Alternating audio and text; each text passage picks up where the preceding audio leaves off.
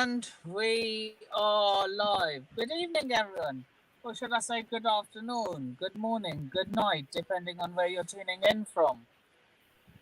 My name is Nipun. And this is the Eurocast episode 1.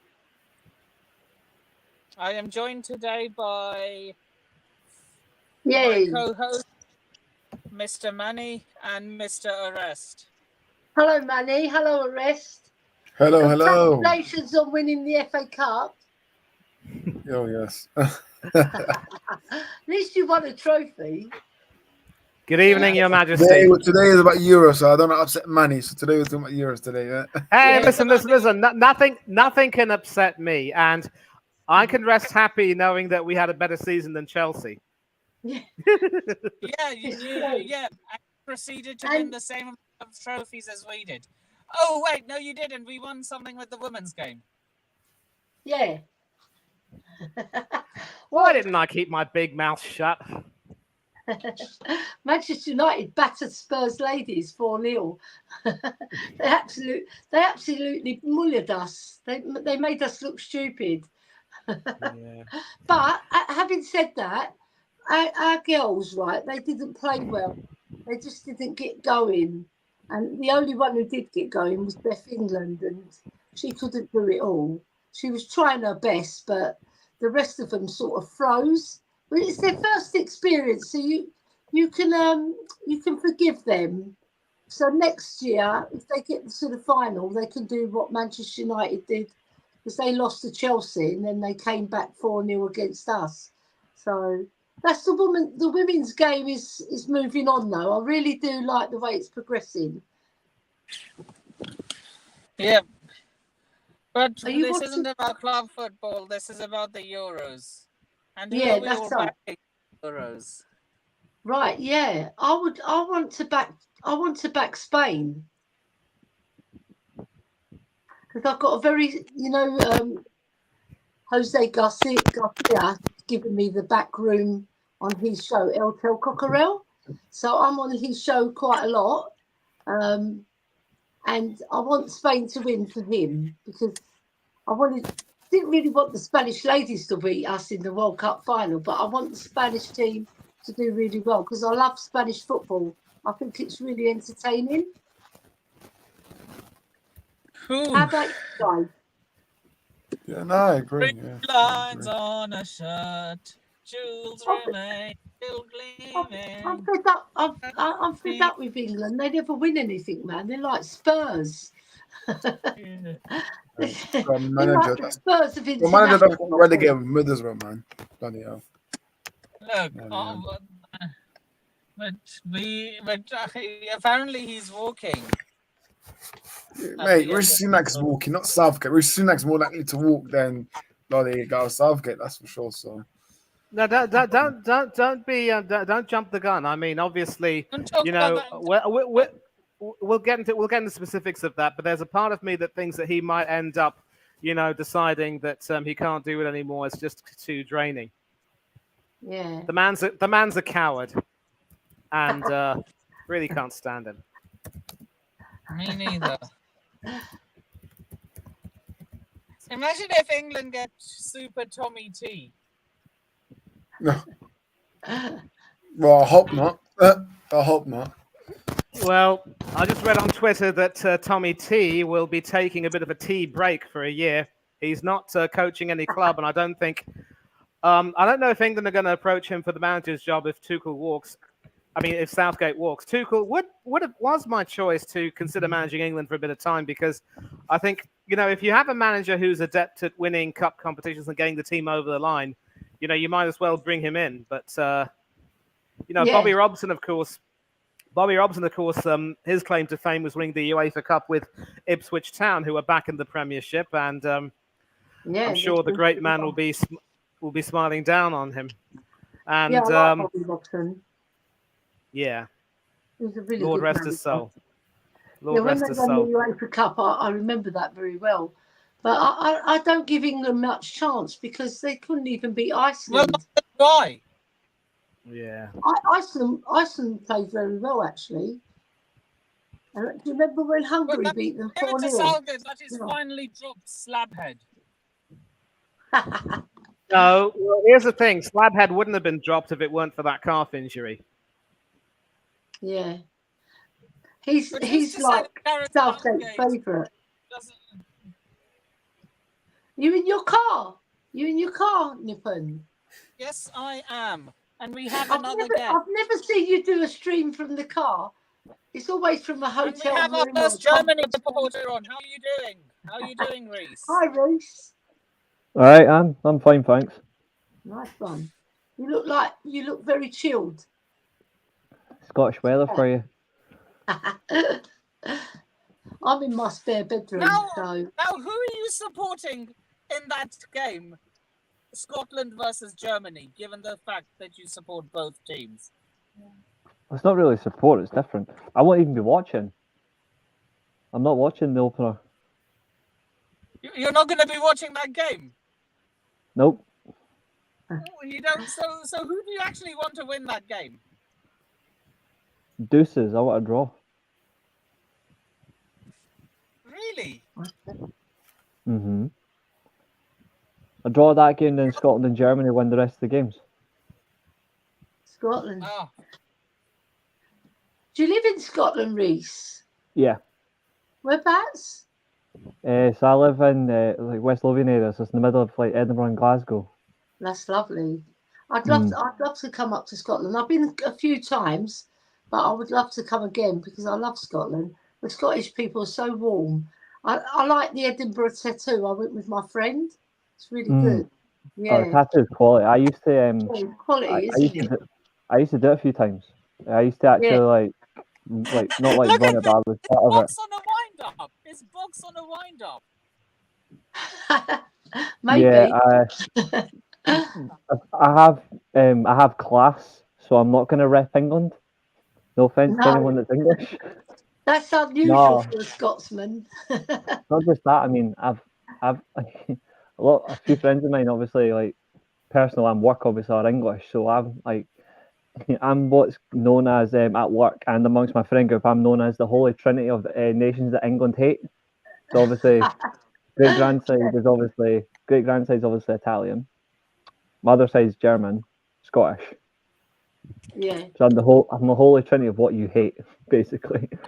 except Argentinian that I'm aware of. Well, here's the thing, Reese. If it makes you feel any better, I'm going to be one Englishman who will be rooting for Scotland against Germany and also for Scotland full stop, because I'm the type of person who thinks that whenever we have home nations competing in the tournament, we support each other. I'm not tribal that way. And I just avoid the tribal. I don't hate the England team. I hate the English government and the English media. I don't just. I agree completely. Our mortgage has gone up treble because of them. We hate our own government too, Reese. We hate I hate our it. own government too. Yeah, so that's the thing. When people say, "Oh, you want England to lose," yeah, I want England to lose because of the media and the government. It's not because of the players. Like I actually like a lot of that England team. Yeah. But it's the same. To be fair, the Scottish fan base has got it as well. I'm not going to be hypocritical, but there's a lot of like, Nippon, you don't mind my foul language, do you? What? You don't mind my foul language, do you? I'm just making sure because in case some people watching they get offended. But there's so many cunts in fan bases that are absolutely disgraceful, and this is my personal opinion. I think the worst of it is in the English fan base. You see it everywhere they go when they go abroad. Like they are one of the worst fan bases internationally when they go abroad. But it's not the majority, it's the minority. But the minority actually envelop the fans because they actually represent the whole media side of it. The media, when they discuss the football fan base, like, because not everyone in the English fan base is ridiculously bad. They're not. But when you go abroad, you instantly see it, and you're like, what's the need? Like, what is the need? Well, they make they nails. puff out their chests and they think, I'm a man, Here's the question. I'm an Englishman. Out of which fan bases do you, out of Liverpool and Celtic, who do you hate more? Oh, for goodness sake. Good question. I'll be honest. Celtic fans more. Celtic fans more than Liverpool fans. And that's because like I actually the weird thing is though is I've had more issues with Celtic fans than I have Liverpool fans, but that's because the Liverpool fans I talk to are actually decent. But they actually just talk football. Like we'll have banter back and forth about if our teams are doing terrible, like we'll have that banter.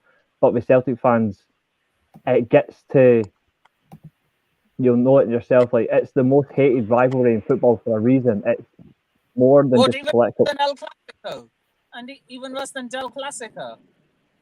Oh, much worse. Like I've been to like Rangers and Celtic games where for the very first whistle at kickoff, it's immediately stadium kicks off. Like I've seen it live in person. Like I've been there, I've witnessed it. I've seen fights before games, fights after games. At any point felt unsafe going to an Old Firm? I used to at times not want to go, but that's because of how bad it was. Like I was like, nah, I'm not going. But then I was like, fuck it, you still have to go. Even if you're in the Rangers home end, because I know you support Rangers. Yeah, like there's times where I just did not like. I've had flares thrown at me. Yeah. What? Like that was exciting though.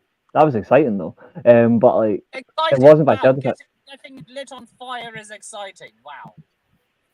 It's all right. I mean, I've been electrocuted, so a little bit of fire doesn't hurt. If anything, it keeps me warm.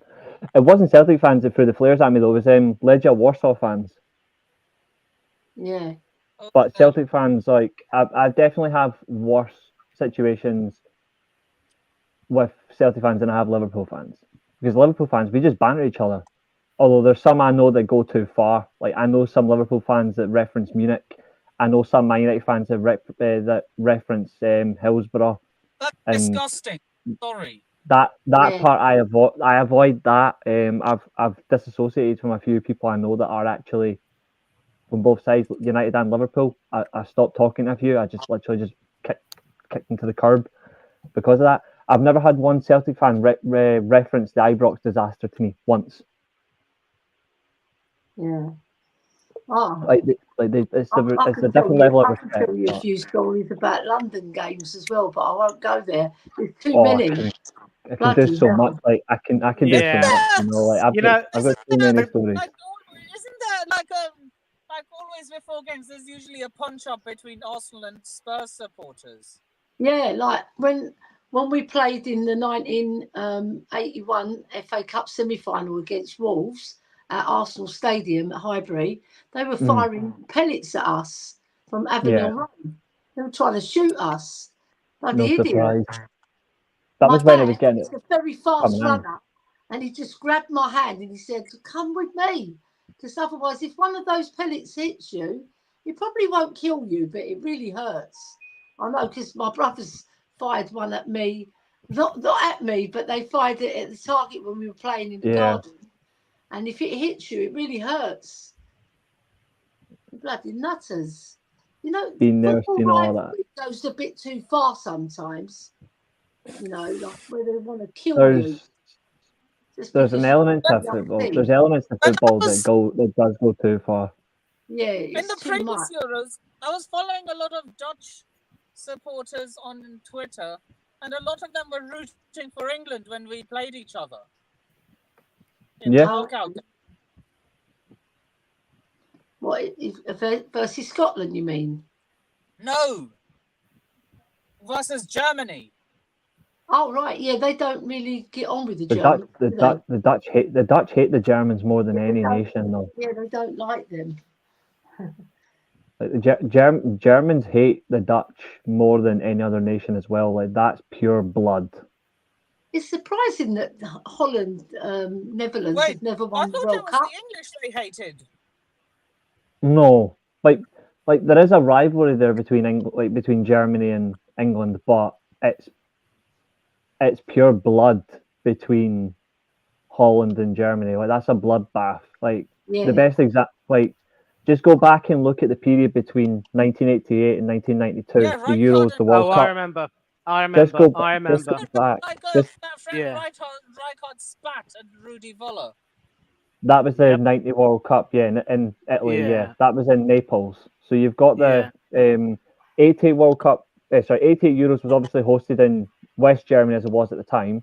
Yeah. The Dutch obviously the Dutch won the tournament in Germany, but they eliminated Germany to get to the final. So they did that. 90 World Cup, Germans got the revenge en route to the final. Obviously, there was the 2 spitting incidents. Rijkaard spat on him twice. Oh, and yeah. 90 and then the 92 World Cup, 92 Euros, it happened again. Like that, those 2 nations, genuine bloodbath between them. It's horrible. Yeah. It's actually, when it comes to bloodbath, it's worse than Scotland versus England. Like it's genuinely worse. Like that's always going to be, it's always going to be the old enemy. The way it's affirmed up here, it's always going to be that. Yeah, but I'll tell you what. And I'm sorry for. I think Manny wants to talk. Yeah, so the thing that I will say right now is that compared to those days, I mean, obviously, Germany and the Netherlands haven't played each other too often. So I think, they have signed something akin to a peace treaty. But of course, one thing you will get with the Netherlands is that every now and then there will be a huge, bloodbath. And I think the game I'm referring to is the second round match between Portugal and the Netherlands in the 2006 World Cup. Yep. And a certain Marco van Basten was the coach of the Netherlands at that time, the star of Euro 88, and also a key player in both Italia 90 and Euro 92. Yeah, but did you see my player, Højbjerg, scoring 2 goals? Come on. Yes, in the friendlies. I don't know why people, mug off Højbjerg. I think he's actually a really, really good quality player. What it is? They don't watch him enough, right? And they just judge him He's on incredible. what they want to see. I think he's a great player. Not a great player, he's a good player, right? And he's solid, right? And I rate Højbjerg. Yeah, he goes on the pitch, and yeah, I rate him as well because he goes on the pitch, and he's not the most technical player, but he'll give his all, right? And he can pick out a pass, and he's consistent. Whereas we've got players in the team like Basuma this year. He was good for the first 7-8 games. Then he done that silly thing against Luton, and then he just fell off the wagon. Went to the AFCON, came back with malaria. He was recovering, and then it just petered out. He was rubbish. And obviously, because Højbjerg made the statement, he goes, you have to ask the manager why I'm not playing. Because he's seeing all these other midfielders playing in front of him. Now he's playing for Denmark, and he scored 2 goals, brilliant goals as well, really good goals. I rate that Denmark midfield. I'm happy for him because he's had a really horrid time under Postecoglou because he hasn't given him a chance. That's a weakness for Postecoglou as well. Is like he does rely on favourites, but the one like his. Yeah. I think Tottenham as a whole in the league this year would have done a whole lot better if Højbjerg had actually started in the midfield more regularly. Yeah, like you would have been a lot better in the league. Because I have a lot of battles with Spurs fans. They think Basuma should be in, but he didn't perform. So when you're not performing, and when Bentancur and Højbjerg play together, they really play well. They came on 20 minutes. That's your best midfield. Really well. He's made a few gaffes, but what player hasn't? Like Van der Ven, he's like the quality of Tottenham. Yeah, but he's made some gaffes. He scored 3 own goals. Højbjerg scored 1, and then he falls over as well. I mean, he is a fantastic defender. Don't get me wrong. I love Van der Ven. He really is good. But every player makes mistakes. There's not a player in the league that hasn't made a mistake. Yeah, Van der Ven's the second best left-footed defender in the Premier League. Yeah, he's brilliant. Behind Sandro Martinez, obviously. Yep. Yeah, I think he's still learning, isn't he? He's only 22. So he's got another year, probably another year or 2 at Spurs, and then he'll be off to Real Madrid, 100%. Not bad, right? Or we could snatch him up. You never know. United can snatch him up. You just never know, man. Because he's Dutch. United might snap him up. He's Dutch as well, so you never know. I'd rather have Van der Ven than Brandtwit. Aren't they? They always reap off the best players. They didn't even play well when they won in the Champions League, but they just do enough, don't they? Oh, yeah. Yeah. 15 times they've won it now. That's why I want Spain to win. I love Spanish football. I like the way Real Sociedad played this year. They were brilliant. And early doors, I think it was Gennaro. Is it Gennaro? Where Gazaniga plays, the ex-Spurs goalkeeper. Girona. Yeah. Girona. That's it. I've got it. I said it the wrong way around. Girona. They were really good early doors. They were like setting the pace, but then they tapered off a little bit towards, not right at the end. But I like Spanish football. I think Spanish football is really good. I want them to win because I like the way they play. I prefer watching German and Italian football most days. Like I mostly just stick to United games, but if I'm watching European football, it's Spanish and it's German and Italian. I don't watch the French. I'd rather be asleep. No. Yeah, the French are quite artistic players. You know, they can put their foot on the ball, really control the game. But I don't think they've not enough drive. With the Spanish footballers, they're really quick. I like the Dutch league as well. But it's not been so good this season, the Dutch league. It's the German league by Leverkusen. They swept the floor with everybody, didn't they? But then they lost to Atalanta. For me, the Bundesliga and Serie A are the best leagues in Europe. People say the Premier League the Premier League is just the money. It's not like it's just not as exciting as the other two. Like that, I think I'd rather watch the Bundesliga and Serie A every season. There's just more to it. Italians are brilliant footballers. Technically, I think Italians and the Dutch are probably technically the best footballers in the world. I would say. Maybe I'm being controversial, but I think the Italians and the Dutch, they're fantastic.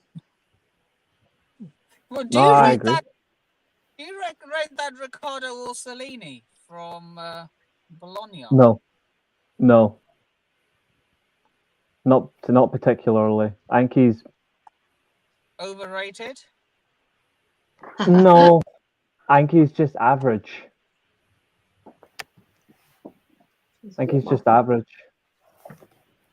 Yeah, there's a lot of average footballers. There's nothing wrong with an average footballer as long as they give their all. Because there's some really technically gifted players, but they're lazy, and then your team get found out because they're not willing to do the running. Especially in the Premier League, you've got to be fit to play in that Premier League. True. Would it help if he joined the Premier League? No.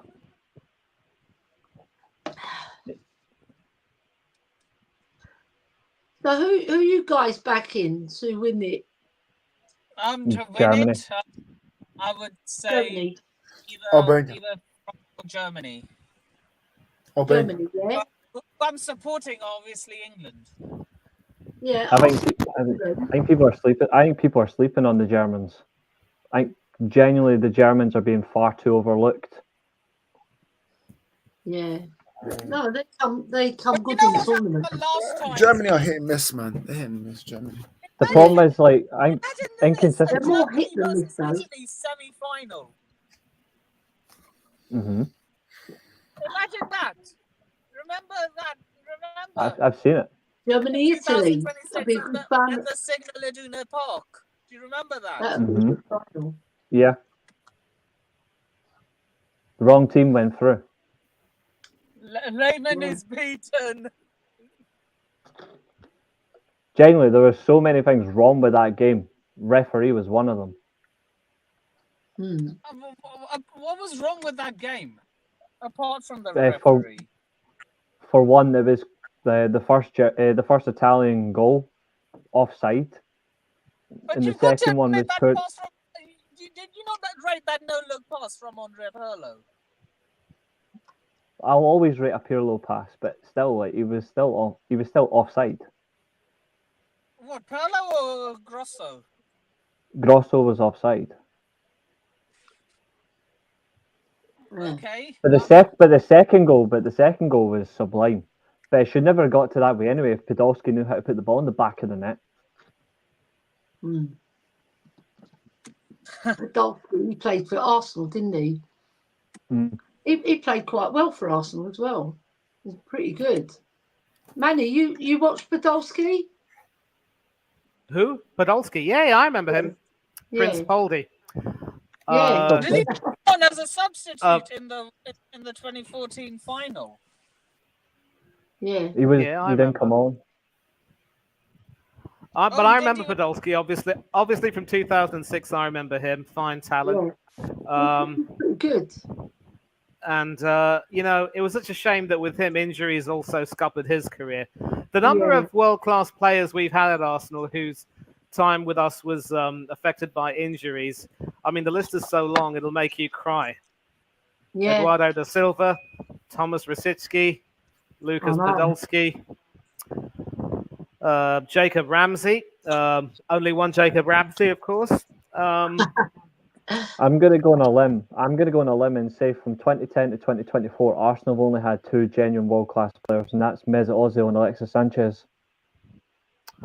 And yet those 2 players are loathed by the fan base for reasons ranging from their lack of effort to, their lack. There was one occasion, of course, when Sanchez was sat on the bench. We were losing to Liverpool 4-0, and he was seen having a laugh. I'd laugh as well. After, but not on the bench while the game is still being played. Save your laughs for after the game if you like. If you want to catch up with your mates, by all means do so. But don't do it during a game. And then Ozil, let's not go in depth on him. I wanted that idiot out of the club, and I'm glad he left. I think the problem is with the Mesut Ozil situation is, like, truth be told, he got completely shafted by Arsenal as well. Like, that whole situation, like, it came out about the political stuff. Like, regardless of political beliefs, Arsenal backed out on him. They should have stood by him.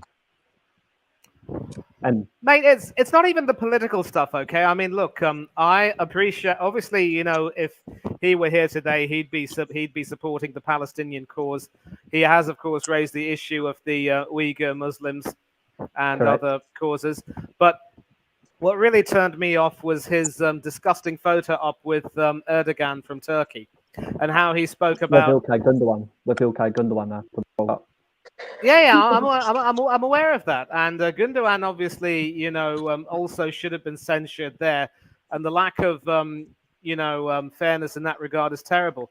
But Ozil really should have known better, and he should have known, if he were politically astute, that Erdogan was in many ways persona non grata politically, and many people didn't really like him.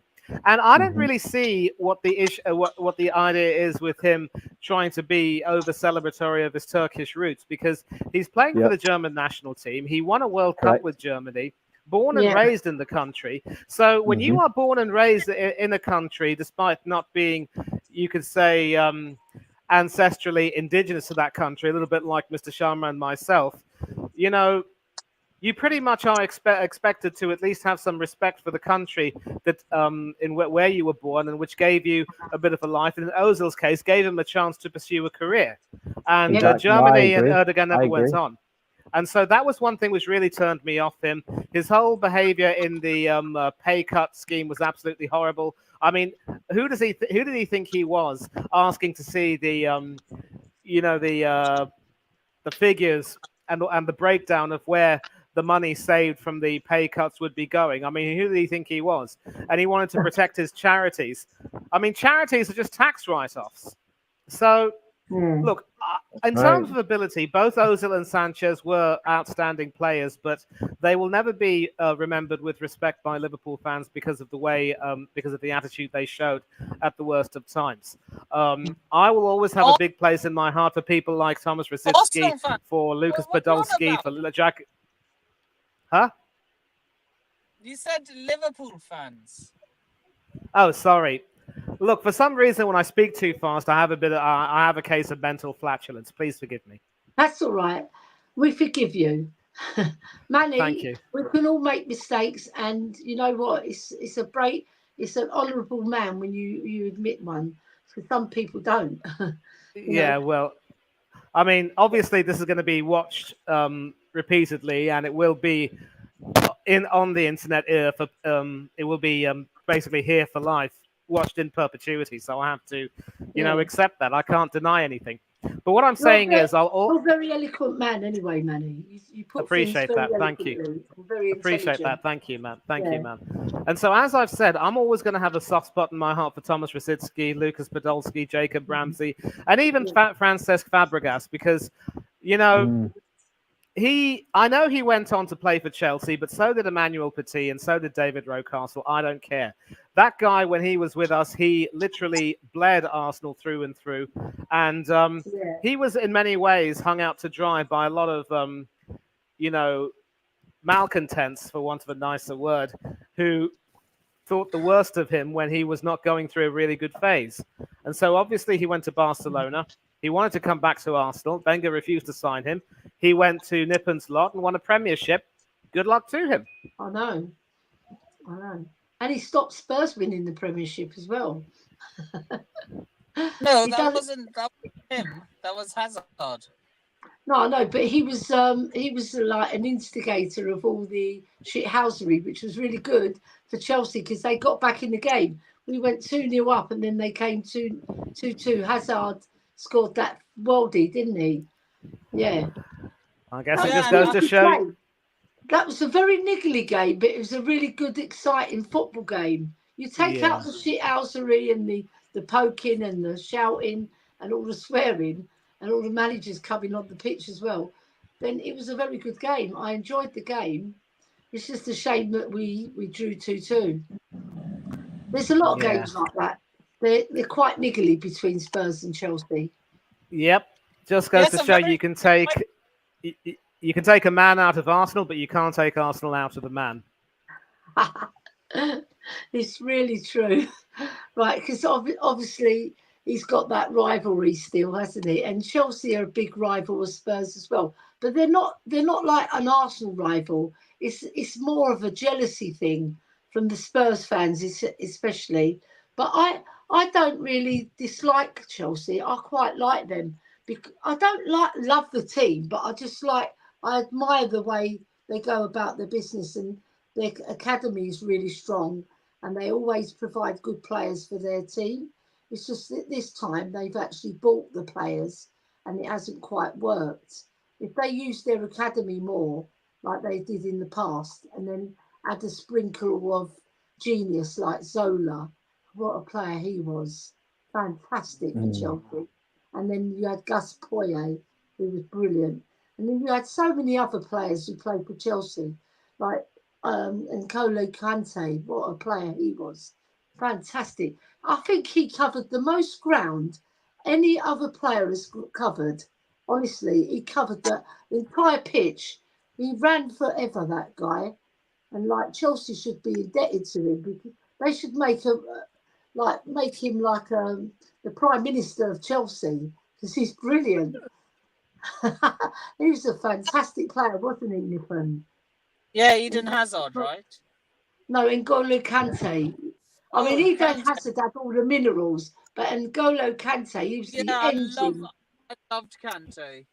He was the engine of Chelsea, wasn't he? He drove you forward. He ran back. He was so tenacious and very, very technically gifted as well. He never got much credit for that, but he was technically really good on the ball. And as you speak, Kante and Giroud are playing tonight. Kante and Giroud are playing tonight, and I agree. Kante is an absolute, legend. Absolutely, and we should have signed him, but instead we went for the Swiss cheese, Granit Xhaka. Yeah, he's not. He had a really good last season. Because he was always a little bit volatile, but that last season before he left, he had a fabulous season. He really, really played well. I think he scored 14, 15 goals, if I recall. And well, congratulations to him for finally choosing to show up. But I'll tell you what. Yeah, I know what you mean. any bloke who engages in a stunt like that, throwing the captain's armband on the ground and telling the fans to go do one. Yeah. As far as I'm concerned, he's persona non grata. And that's right. The way he was rehabilitated and welcomed back with open arms, while Pierre-Emerick Aubameyang was literally chased out, is disgusting. I know. I really found that baffling to get rid of your top striker. There was rumours that he was arriving late for training. He probably came late because he didn't like Arteta's way that he handled him. That's why he probably came late. You know, some players can throw a strop. They throw their toys out the pram, but they don't really mean anything by it. They're just trying to tell the manager that Arteta is they're just not a being organised. horrible Who? manager. Arteta. Yeah, it depends. If you ask Saka or Odegaard, they love him because he sort of nurtured their talent, hasn't he? But in regards to other players who've left, I suppose he's not their cup of tea. But that's like any manager, you know. You've got a group of players. You've got to get on with some better than others, and the ones that you feel that are going to bring more to your team, if they're the troublemakers, you tend to overlook it. If they're going to add flavour to your side, you know, you do overlook it sometimes. But Arteta, I think he's one of these managers. He doesn't take no nonsense. If you're not his cup of tea, you're out. And listen, I have no problem with that, but all I ask is for a little bit of fairness. Now, I'm going to be honest here and say that Aubameyang was no saint. The bloke did have some disciplinary issues. He did come late for a few games, and obviously Arteta saw it fit to, lay down the law. But the incident which really made us angry was when he went back to France to visit his mum, who was suffering from a stroke. And due to some unfortunate circumstances, the poor bloke came back late. Now, a sensible manager would have, asked for an explanation and given him some sort of, leeway under those circumstances and say, you know what, I'm really, you coming late is really poor. But again, I suppose we have to give you a bit of leeway on this given the circumstances. But unfortunately, Arteta chose to consider that the straw that broke the camel's back. And he froze Aubameyang out. He froze him out. I haven't heard that saying for a long while, Manny. Thank you very much indeed. Now, and here's the thing. If you have an issue with the player's discipline, by all means, take away the captaincy from him and give it to someone else. Yeah. But you do not freeze him out when you know that he is still the best option you have. And the fact that you refuse to replace him with a proper like-for-like striker, instead depending on, as Deji Spurs call him, in Kitty Cat. Kitty. Yeah. Quite literally. And, we end up ceding Champions League football to a Spurs side that was in turmoil, losing Nuno Espirito Santo, having Antonio Conte come in and him doing a good job with you guys to pip us to the post. I know. I think that was completely unforgivable. And whenever he's been managed properly under some really good managers, Aubameyang has really produced with goals and assists. And the minute Mikel Arteta started mismanaging him by playing him out of position and expecting him to do a little bit more, to do what he wasn't comfortable doing and really, taking the talent away from him. If you observe carefully, he's doing the same with Gabriel Martinelli and one or two others. And it won't be long before several people will be happy to leave Arsenal and see the back of that idiot. And I wouldn't be surprised.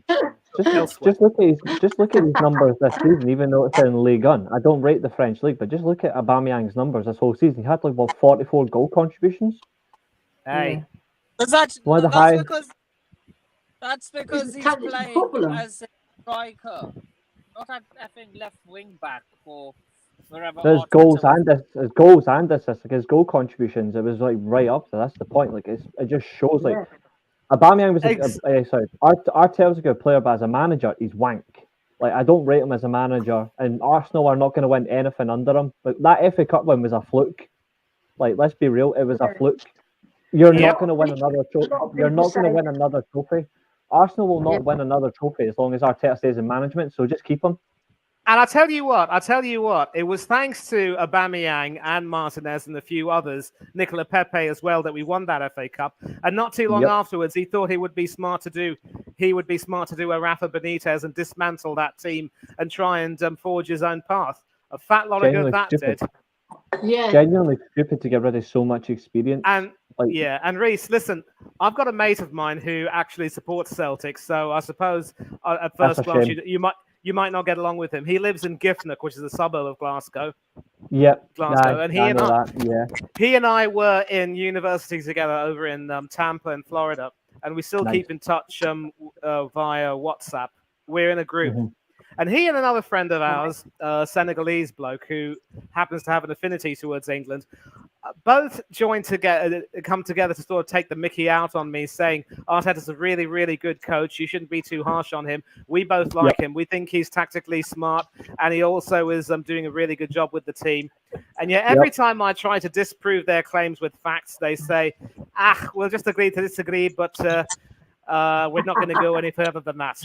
And you know, Exactly. it's as if you try and lead horses to water, they will never be able to drink it. Exactly. But you know why they're doing this, though. You know why they're doing this. This is top tier banter. You're a keep your manager. Oh, Like, absolutely. Manchester City are drinking all the champagne because they're winning everything. They're not exactly.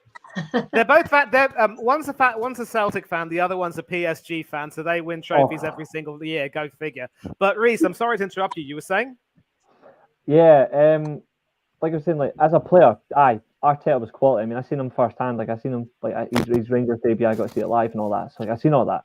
But in terms of like actual management, he's dreadful. And the longer he stays at Arsenal, the longer you'll just keep becoming what I've said you are for the past couple of years. You're literally like you're just like a team like Tottenham. You're just a bunch, like, no offense, but you're just a bunch of bottlers. Okay, I'm not going to take any offence. You're on the fast track of just being worse than Tottenham when it comes to bottling. The people always say, "Oh, Tottenham bottled a 3-horse race league." Well, no, Tottenham weren't even really in that title race. It was Arsenal and fucking Leicester City, and it was Arsenal that bottled it. But these have just continuously got worse. And I'll say this again, and I echo the statement. I think it was Tony Adams. I'll echo his statement. If you had Unai Emery last year, you would have won the league. Oh, that's if you had Tony Adams this year, you would have won the league. The difference is Arteta does not know how to maintain that type of hold on a grip on a lead.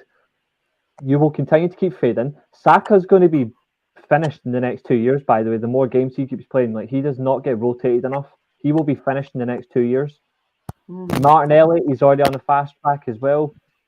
I look at your squad and I'm like, on paper it looks great, but there's certain games where these are genuinely like so bad. And like is it Egal or whatever his name is, like weirdo? Don't get me started on that bloke. Don't get us started on him. There's a comment I seen about him recently, and I burst out laughing. So do we. This guy said Ben White. Ben White is better than Carvajal. I know that comment that was peak delusion, but this is pure delusion. That Real Madrid and Arsenal combined 11. Yeah, I've seen that. Yeah, listen, this guy was like, Daniel Carvajal, I don't think he's good, so I'll put Ben White. Like, what are you on about, mate? There is a absolute wally, mate. He's a wally, mate. To be fair, there is a world where you can have a combined Arsenal 11 with Real Madrid, and it's just 11 Real Madrid players. Like, there you go. Like that's the combined 11. No, I think Saliba making that's it. Not really a combined 11. I wouldn't have my head of Rudiger, or like I wouldn't have my head of Rudiger. I wouldn't have my head of David Alaba when even I wouldn't even have my head of Eder Militao. Like, I don't think any Arsenal player gets in a Real Madrid team unless it's off the bench, personally. But that's not an insult to Arsenal. It's just the best team in the world is Real Madrid for a reason. But it was one comment that Egal said, and I burst out laughing, and it was his comment about what's more important, trophies or league progression. And I'm like, football isn't about progression. You're in football to win trophies. Yeah. The only metric that matters is trophies. I would love to see Reece and a Gal debate. I would already beat him within 1 second. I would literally just say to him, my club had a better season than yours because my club won a trophy, yours did not. Debate's over. Yeah. Like, that's it. This year alone, Manchester City, Manchester United, and Liverpool had better seasons than 17 other Premier League clubs because they all won a trophy. Yeah. The trophies matter every time. You can finish second, but you get nothing for coming second. You get nothing for coming. Levy that.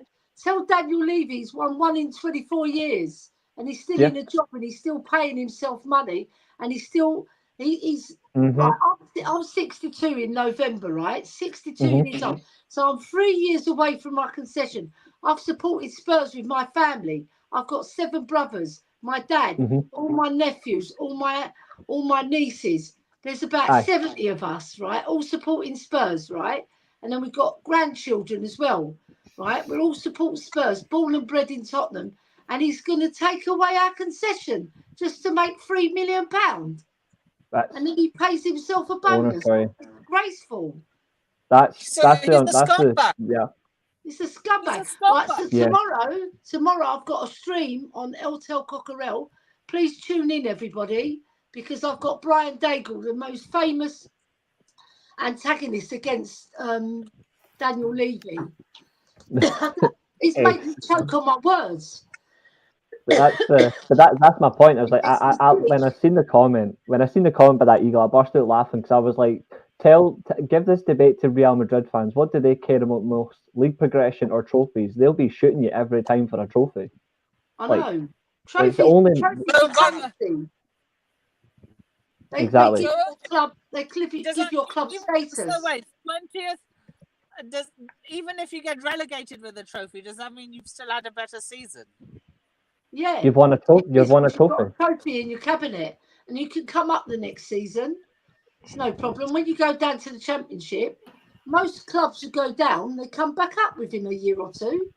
And that club's still playing Europe. And that club's still playing European football. Agreed, but sadly, Wigan Athletic didn't get the memo. Of course, they famously beat Manchester City in the 2011 FA Cup. There is the exception to the rule. 2013 FA Cup. Yeah. 2013. Thank you for correcting me. 2011 was all their money in one season. 2011 was City's FA Cup win, their first win in 50 years. I think it was against. Was it Hull? I think it was Hull they played. Can't remember. Yeah. It might have been Watford, I think. I don't know. No. Either way, they were still terrible. Yeah. Yeah. But they gave us Alfie Devine, and Alfie Devine is a very good prospect at Tottenham. We're just waiting for him to sort of get a better loan move. We gave him a couple of loan moves, and they've not really played him. Plymouth played him, but other teams have bit part player. You need game time at the higher level. I agree. This is why I laugh at Newcastle fans who are trying to force themselves on everybody with their social media presence because they're the richest club in football. I was like, yeah, you might be the richest club, but you're irrelevant because you've won nothing in years. You mean nothing. You mean nothing to me. You mean absolutely nothing to me. Yeah, They're still a great club in terms of their supporters. They've got fantastic supporters. You know, when you think about it, they've stuck through thick and thin, and they haven't won anything for their supporters. So they better start waking up, because other clubs like Manchester City, if they get relegated, for example, when they're hearing this heard. Oh yeah, another thing about Manchester City, which came in our social media, they're taking the Football League to court because they said it's illegal for them to stop their owners spending money. So they're taking the Football League to court about that. They probably beat them as well. The irony about Man City taking the Premier League to court is Man City would probably beat them in court. That's the irony as well. They've got the best lawyers. Yeah, what are your thoughts? What are your thoughts on? Do you think they'll get a Juventus-style punishment? I'm going to categorically end this now. As a Manchester United fan, I'm going to end this categorically now. Man City will never get caught. They will never get caught, so there's no point constantly going on about these whole Man City charges. They will never get caught. Plain and simple. Don't jump the gun. I mean, listen, a lot of people on the other side of the Atlantic said that Donald Trump would never be held accountable for his crimes, and now he's officially a convicted felon. He's got 3 more serious trials to come about. People still talk of him about his being a a certainty to become the Republican nominee for president and almost possibly beating Biden. I don't think that'll happen because many of the independents and swing voters are not going to vote for him. And when he suffers another big defeat, it's bye-bye, Donnie. The major difference you ever come back. Throughout this whole period, even though I've barely kept up with his trial, the one thing I've seen consistently, though, is Trump hasn't complied, whereas every time Man City's been questioned on something, they've come back with a strong rebuttal, or they've complied at least with evidence. That's why I generally don't see anything happening. That's just my honest take on it. I don't see it happening because they will at least come back with some sort of evidence or rebuttal. That's a major difference. That's how you will not get caught. But again, I don't care. Anyway, nothing on the grace of it. Why are we here? We were here to talk about the Euros. Yeah. Oh, the same Euros that are next Friday. Fun times. Let's go. Yes. I will be doing another show before that as well, though. You know, I'm watching highlights of the Germany-Ukraine game, and maybe, Reese, you're in a position to answer this. A lot of the headlines over in Germany were about how Manuel Neuer's international career was effectively, done and dusted with him not being considered for Nagelsmann's squads. Now he's been picked for the provisional squad, and he will be expected to be one of the three goalkeepers, along with Ter Stegen and another bloke. A bit saddening that Bernd Leno wasn't chosen. But for the preliminaries. But I wonder what prompted that change in heart, perhaps. To be fair, Manuel Neuer should have been the one dropped from the squad. It should have been Nubel going with Bowman and Ter Stegen. Exactly. Neuer shouldn't even be in that squad. Who should be their first choice then? Ter Stegen by a mile. By a mile, it should be Ter Stegen. He's by far Germany's best goalkeeper right now. But I will give Neuer some credits. I will give Neuer some credit. Since coming back to Bayern Munich, he has been able to put in some performances reminiscent of his glory. He's only kept one clean sheet in his last 16 games, and then he kept one clean sheet out of two friendlies. But the second game, the howler for the goal conceded was an absolute joke. Like the Greece goal, like he should have done a whole lot better. Right? Against Real Madrid, I agree. The Champions League game was awful, but even the Greece game, the Greece game the other day, the howler he conceded, he should have done a whole lot better. He should have caught the ball. Neuer should not even be in that squad. He's on his way a legend. Down, isn't he? Do you think? He just chose him based off reputation? No, Nagelsmann literally came out and said, a fully fit Manuel Neuer is my number one goalkeeper. But this is not Manuel Neuer's last international tournament anyway. It's been confirmed. Yeah, I would have just said, regardless if it's in Germany or not, I still wouldn't have taken him. Yeah, but the thing is, he was out with that horrible leg injury sustained while skiing, and the reports were in the press at the time that Neuer's international career was done and that he wouldn't find a way into Nagelsmann's plans. So I'm just wondering what could have prompted that 180 turn. I think he just changed his mind, basically saying, because the experience and the amount of trophies he has won and the goalkeeping presence, but he's not what he used to be.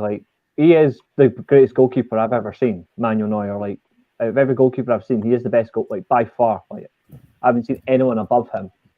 But he is making far more errors. You know someone who disagrees with you, Manuel Neuer. He said he's seen better goalkeepers than him. But to be fair though, he can't see himself playing, can he?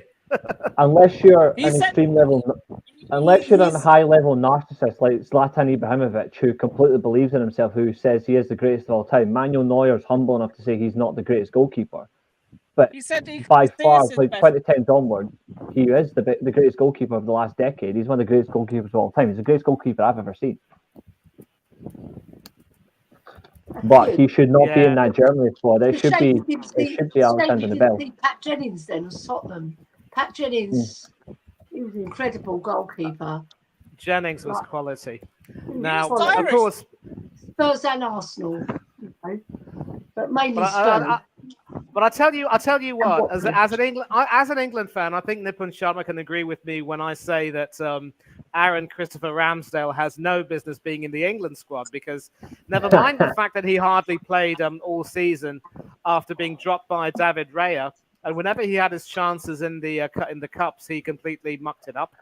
He is crap. Absolutely, and how he has a group of fans who absolutely adore him, I will never know. To be beaten at his near post again, I know a lot of people are going to try to say that John Stones' defending was poor, and I think it's just another example of how Stones and Slabhead are, conjoined twins. You get rid of one, the other one flounders, but still, Stones with his experience should have known better. But still, Ramsdale has got to be the type of person to take, ownership of his own goalkeeping displays and make sure that he improves his craft, and he doesn't do that. He's very good at, shouting at defenders who cost him clean sheets, but he doesn't have the seriousness to improve his own craft, and whenever he makes a mistake, I'm one of the first people to jump down his throat. And I remember being on Del Boy Gunner's stream and having one person come at me for daring to criticize him, and she literally said, "Don't you dare come at him. He's absolutely world-class. Some of the saves he's pulled off have been magnificent. And if you ever say another word about him, I will come after you again." Not too long afterwards, he made a howler against Southampton. The woman shut her mouth. Never spoke to me after that. But I would have taken someone like him, and maybe, I don't know if you will agree with me on this, but notwithstanding the lapses he made near the end of the season, I think Jackie Butland had a really good season with Rangers, and I wouldn't have minded taking him. Heck, I wouldn't have even minded taking Joe Hart, even though I think it's fair to say that his, international days were long since done and dusted. But at least those two. That decision. I never understood that decision. Like Jack Butland, genuinely, he had an amazing season, not just in the league, but also in Europe. Like, he was consistently. I'm surprised he even wasn't considered. I was like, how? Yeah. Yeah. It just shows. The focus is not there, is it? He has lapses of concentration, like when I don't rate him. Highbury, the Emirates. Visser just slipped in. You could see Visser was coming, and he was just fumbling with the ball. That's lapse of concentration, and also at White Hart Lane, when he was winding up the fans, that's not what you do. It's unprofessional, and he got kicked in the back, didn't he? A fan sort of went for him. The fan done wrong, yeah. The fan was wrong to do that, but he was inciting trouble, and it's not good. So Arteta sees these things, He also adds to it. He's the same. Like, he does it as well as a manager. Like, he's the worst for it in the league. Like, when it comes to that, like, crazy on the touchline, doesn't he? That England game against Iceland proved that England's best goalkeeper is still Jordan Pickford, whether you want to admit it or not. Pickford is still England's best goalkeeper. Yeah, but in terms of ability, he can't hold a candle to Charles Joseph John Hart. And Hart, of course, is now retired from football altogether. And at least I think there's a theory as to why, Butland wasn't picked. And Alan Hansen, who is, of course, now seriously ill for some reason. I wish him a speedy recovery. You won't win anything with children, that jibe. That didn't age very well, and Alex Ferguson made sure that didn't age well. And of course, Ferguson was the guy who dropped Hansen from the '86 World Cup squad. Alan Hansen said in the build-up to England's Euro 2004 campaign, the goalkeepers we had at the time were all in relegation battles. David James, Paul Robinson, and Ian Walker. Oh, Ian Walker. Just the absolute humour that Paul Robinson was also the goalkeeper for England at the 06 World Cup, and he was equally as shit. Oh, yeah, absolutely. And, there were questions about those three goalkeepers that were selected by Eriksson at the time. Lord rest his soul, he's about to leave us very soon. Yeah. But Alan Hansen said that, the only other option would have been Chris Kirkland at the time, and he was injured. And although Nigel Martin did have a magnificent season at Everton after leaving Leeds and being the main catalyst for, the club staying up, even more so than Wayne Rooney, the idea of taking him was a non-starter because it would effectively announce that you trust either David James or the other goalkeeper who'd be picked in the squad, because Martin would be a safety net. And that's another reason why I suppose Butland wasn't picked, because, you know, you have Pickford, who was involved with an Everton team that were fighting relegation, but did quite well. It would be either one of Henderson or Ram. Yeah. And again, that will also segue into why Southgate didn't consider either Jared Branthwaite or James Tarkowski. And the answer is simple. And we're going to get into Southgate. The man's a moron. But I think England will regret that. I think England will regret that. Not taking a natural left-sided defender as well, apart from Luke Shaw, who shouldn't even be in that England squad anyway. I agree. The bloke is completely unfit. I'll tell you what Southgate is good at, wearing the waistcoat. That's about it. Yeah. So we go from the yeah. A moron. He's an Ulukapata. But the thing is, he's the most successful manager in terms of getting further in tournaments, right? But it's not really successful. True. But if you take there is a big but here. When he does it now, he ruins it. He just plays pragmatic, and he doesn't go for it. Like when we played Italy at Wembley, and like we went 1-0 up with Luke Shaw with about 3 or 4 minutes on the clock, and then we just shut up shop, and then we just didn't go for it, and then Italy they didn't even have to step up that much to win the match. They just done their shithousery, just done a little bit of skill here or there. Yeah. You know, and they did take command of the game, but I thought Declan Rice was absolutely superb in that game. If all the England players played like Declan Rice, we probably would have won that game, because his effort was fabulous. Agreed, but it's also... Go ahead, Reese. To be fair, if Thomas Muller hadn't missed that chance in the Germany game, England wouldn't have even made it to the final anyway. It would have been a Germany-Italy final, in my opinion.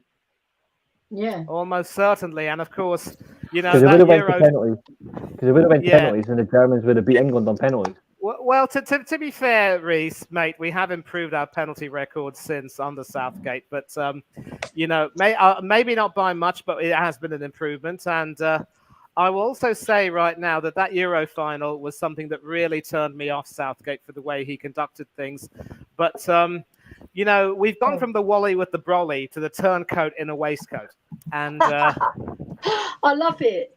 Thank you very much indeed. It's also alarming in a way that Canada nearly taking a shock lead, but you know, the number 23 shot rifling off the post with Mannion beaten hook, line, and sinker. But David will be good for that game if he's playing. Yeah, I think it's both David and Alphonso Davies who are playing. Yeah, I can even check. I can even confirm the lineups. But yeah, so obviously, if you take a look at our progression in those tournaments, we had a lot of luck. In 2018, we were absolutely lucky in that we had a very easy run. And, you know, we ended up losing to Belgium twice in the tournament. That was really the only quality team. No disrespect to the likes of Colombia and Croatia that we played. Croatia, of course, with quality, they beat us in the semi-final. So whenever we came up against good teams in that tournament, we came an absolute cropper. And that's why I'm always going to say that, you know, at least in Italia 90, we were marginally a little bit better in that, you know, we beat a half-decent Belgian team, and we gave the Germans a real good run for their money. That was a quality German team back then. But in 2018... Amazing side. Yeah, but, Miller's number 23 for Canada. Yeah, Miller. What a strike that was. Mannion beaten hook, line, and sinker, but the crossbar saves him. But, you know, and again in Euro 2020, we also, as Reese mentioned, got quite lucky against Germany. And when those troglodytes started to make fun of that poor German girl, that really disgusted me. And in as much as I was heartbroken when Bukayo Saka's penalty was saved by Gianluigi Donnarumma, I told myself, you know what? For the way we've behaved like absolute louts, we deserve this. And it's another reminder that, you know, we are nowhere near as good as we think we are. How dare we try to big ourselves up? I was sitting there in one of my Italian shirts, and I genuinely started celebrating when I seen that. Because I was watching the penalties, and I was sitting there like the minute... to be fair, I knew England were going to lose the minute Rashford stepped up. Because he was like not because he's a Man United player, but like because he'd barely got any time, any rhythm in the game. I was like, yeah, he's missed this. Absolutely. And I'll come to Southgate, but that is the reason why I can never get behind him. Also, there was a disgraceful incident where some of the fans were, firing laser beams at Kasper Schmeichel in the Denmark goal. Yeah. So that was too far. Yep, that was too far. I am going to also say, though, Reese, and you may or may not disagree with me, Gigi Chiellini should have been sent off for nearly strangling Bukayo Saka with that shirt tug. And the cheek of him to say, it's coming to Rome, it's coming to Rome. Well, when Italy ended up failing to qualify... I love that. I love that, not going to lie. I love that, not going to lie. That was Bonucci, Manny. Manny, that was Bonucci. It was Bonucci, but it was Bonucci that done it, but Chiellini was celebrating afterwards, like when it happened. But that moment changed the whole game, because after that, England's attack went to sleep. They were afraid. But to be fair, there was another moment in that game that really pissed me off. And people were saying that Verratti should have got sent off for the challenge on Declan Rice. But if you look at it, it was Declan Rice that slid in on Verratti and nearly took his leg off. Yeah, I remember that. Yeah. But Declan Rice is the one who goes down greeting. So it should have been Verratti. I was like, no. Declan Rice tried to take his leg off. Absolutely. And, it's alarming for me that ever since joining Arsenal, his form for Everton has started to take, for England rather, I should say, and this time I corrected myself. Ever since joining Arsenal, Declan Rice's form for England has started to take a bit of a dip. And now I've learnt my lesson, do not speak too quickly. One thing I'll never understand is again, I didn't watch the England game against Iceland, so I don't know, but how the hell did Kobe Mainu get all the blame for the England goal? England conceding that goal against Iceland. How is Kobe Mainu the one that got blamed for it? And I'm going to come to that. But now you are all going to hear the most almighty Southgate out-rant you will ever see. Gareth Southgate is a moral coward. After that 2020 Euros thing, we then go to the 2022 World Cup in Qatar. Yes, we play our usual best against every single team in the group. We slap Iran for 6 goals. We flatter to deceive against a US team and end up, drawing against them. Well done to former Arsenal goalkeeper Matt Turner for a pretty good display in goal that day, by the way. And he was one of the anchors in that US team that shocked the world and went through to the next stage. So good on him. Unlike Ramsdale, he actually played at the World Cup. But come the quarterfinals against France, obviously Bukayo Saka winning the penalty, was something that helped us get back into the game, and Harry Kane scored it. Rah, rah, Rasputin, England had a goal machine and all that nonsense. But then Southgate takes off Bukayo Saka, keeps Phil Foden on the field. He then brings Marcus Rashford on with 5 minutes to go and expects him to work miracles. The boy hits a free kick just over the bar. What a beautiful effort. He scored a similar free kick against Wales. I thought he had a wonderful tournament, given his status as more of an impact player. And then he brings on Jackie Grealish, the usual impact sub, with barely a minute left, and asks him to work his magic. Oh, no. You arrogant idiot. And then, of course, after the tournament, it's Jude Bellingham, Raheem Sterling, Bukayo Saka, and Marcus Rashford who get dogs abuse from the fans the way it was in Euro 2020. And on both of those occasions, what exactly did Gareth Southgate do to stand up for his players?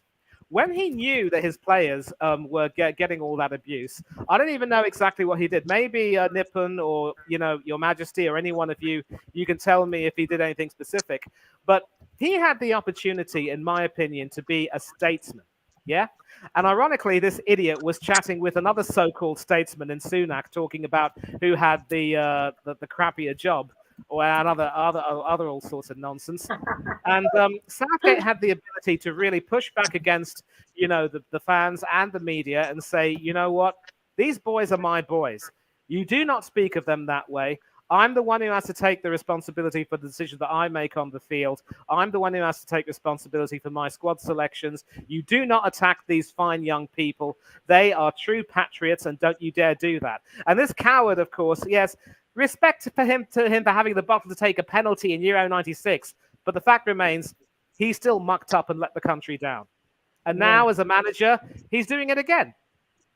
And then we come to this ridiculous squad selection for Euro 20. Gareth Southgate, he did it again. I also want to add as well the debunk that he's England's most successful manager since Alf Ramsey. There is no successful manager for England since Alf Ramsey because he's England's only successful manager. So Gareth Southgate, regardless, is not a success. It's not. The only successful if you win something. He's went far in tournaments. Wow, big whoop. But so did other managers went far in tournaments. Scolari went to a semi-final with Portugal. Means fuck all. Bobby Robson, Lord rest his soul, reached the semi-finals of Italia 90 in his final tournament with England. Lord rest his soul, that was my favourite tournament. I so wanted England to go all the way. We would have played really anatomically weakened Argentina in the final. But, I think just the brilliance of Maradona. I mean, the only difference is in Italia obviously Matthäus was the best player in the world and he kept Maradona out of the game completely, unlike he did 4 years prior. But listen, here's the thing. That England team we had was also at least marginally better, in my opinion, than the Germans. And we could have, we had Chris Waddle still, proving that he had the old magic. Paul Gascoigne was charming the world. Both of them ex-Tottenham players, of course, you'll remember, Your Majesty. And, even without the likes of John Barnes and Brian Robson, who Robbo had gone home and Barnes wasn't really being picked by Bobby.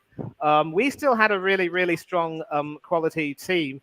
Maybe Shilton was a bit of a liability at penalties, but he was still proving his worth as a great shot stopper. But that Argentina team.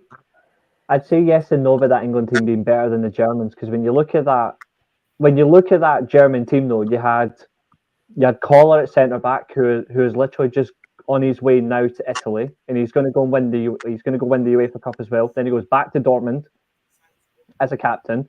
You've got Lothar Matthäus, who's the best midfielder in the world at the time in that squad. Andreas Bremer, God rest his soul, is one of the best box-to-box players. And you've got Klinsmann, not even near his prime yet, and he's ripping that tournament apart. You've also got Schultz as well on the team. You've got Rudi Völler, who's at his peak as well with Roma in that tournament.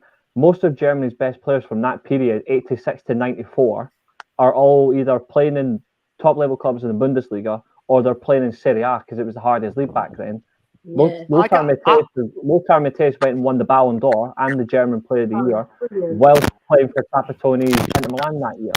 I take your point. I take your point completely. But we also, Andy Bremer, of course, we had Stuart Pearce. For the defender you mentioned, we had the likes of Des Walker. We had Paul Parker. Terry Butcher was still playing and involved. Mark Wright involved us up. That semi-final was, of course, at best 50-50. We hit the post in extra time. They hit the post in extra time. And I talk about But listen, I'm going back to Southgate right now. So if I can just have the single screen to myself, if you don't mind, because I haven't finished on Southgate yet, and I'm going to make sure that he gets an absolute roasting from me. I'm loving so. The reason why I went to Italia 90 is because that 90 team will always be better than the 2018 vintage because. You put those two teams together, the 90 team comes out on top every single time. People talk about Dele Alli. Sorry, you couldn't even lace the boots of Paul Gascoigne, and I'm sure maybe Her Majesty will disagree with me, but great. Paul Gascoigne, genius. Oh yeah, daft as a brush, of course. But now we go to 2024. Yeah. So this particular Euro campaign has been, dogged with a lot of controversy with regard to Southgate's selections. Jordan Henderson moving to Saudi Arabia was the most self-serving, stupid move ever.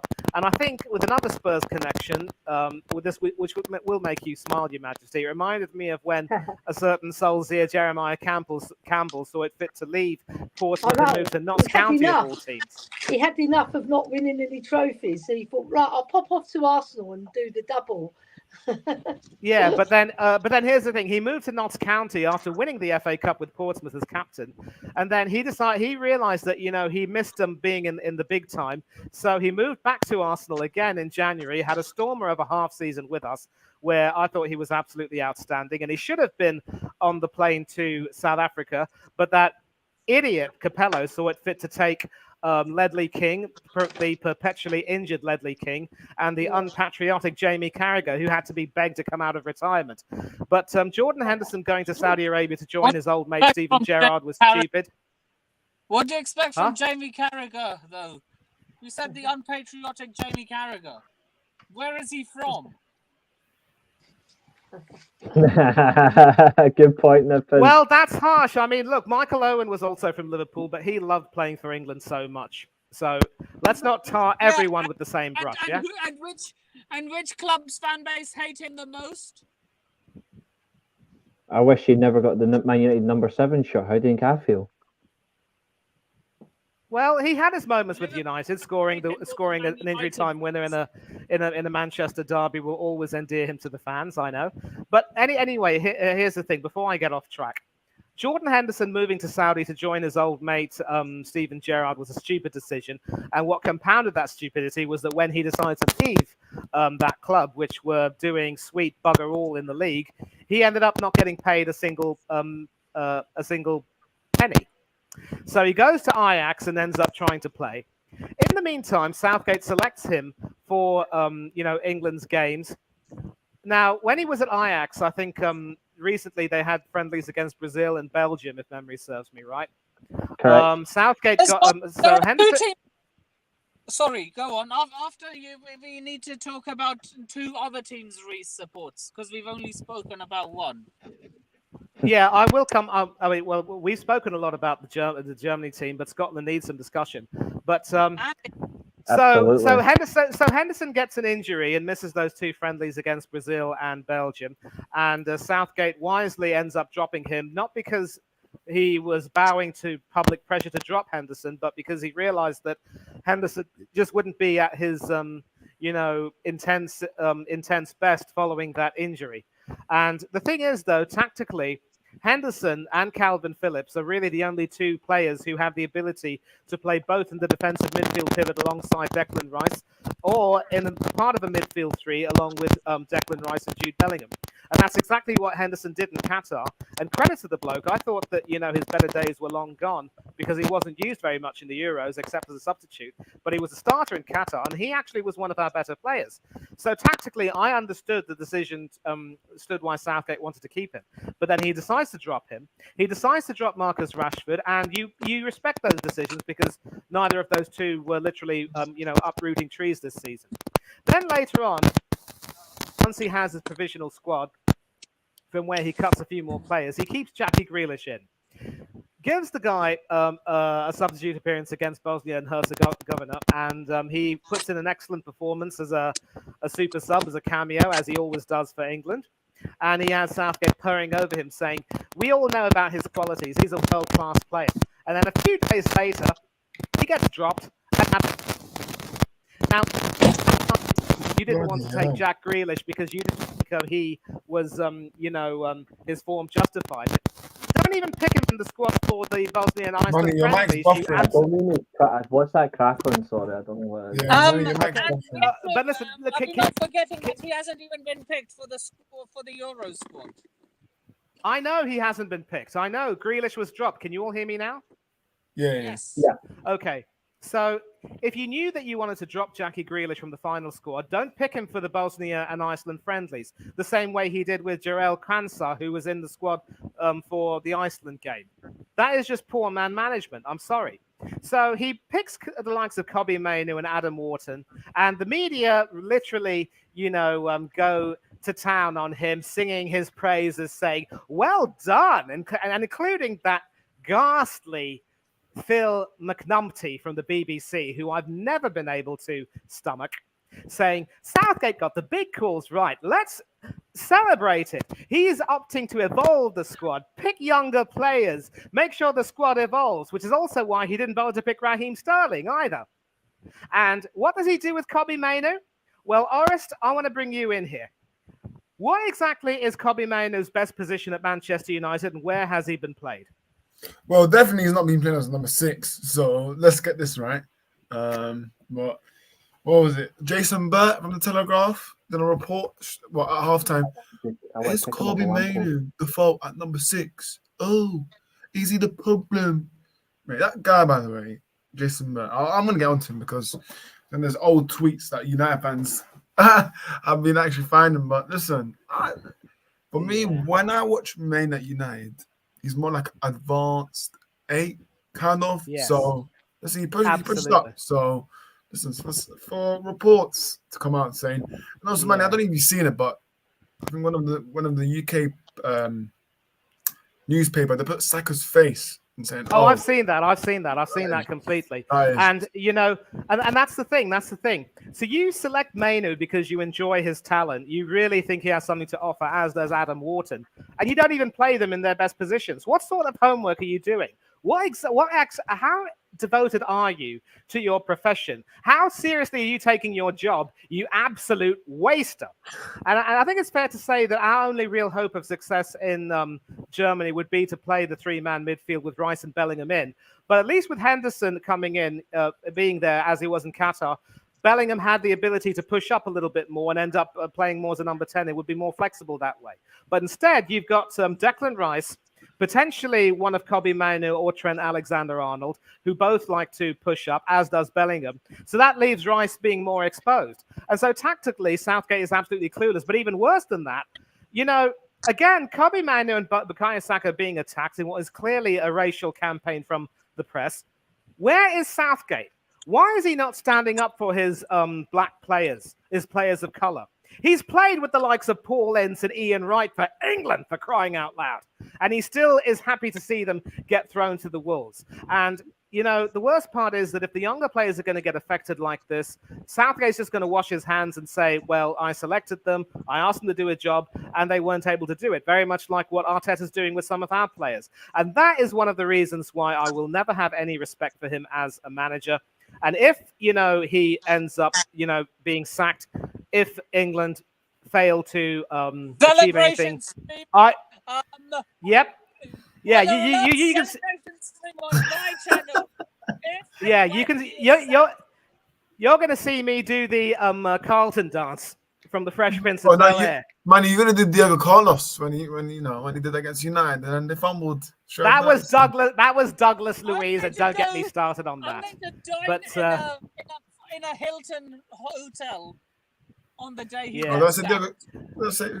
exactly. So that's the thing with Southgate. He will select these younger players to try to earn some praise for being willing to be ruthless and being willing to, you know, make the squad evolve. And then he'll throw those said younger players under the bus, like the way he threw Rashford, Sancho, and Saka under the bus in Euro 2020.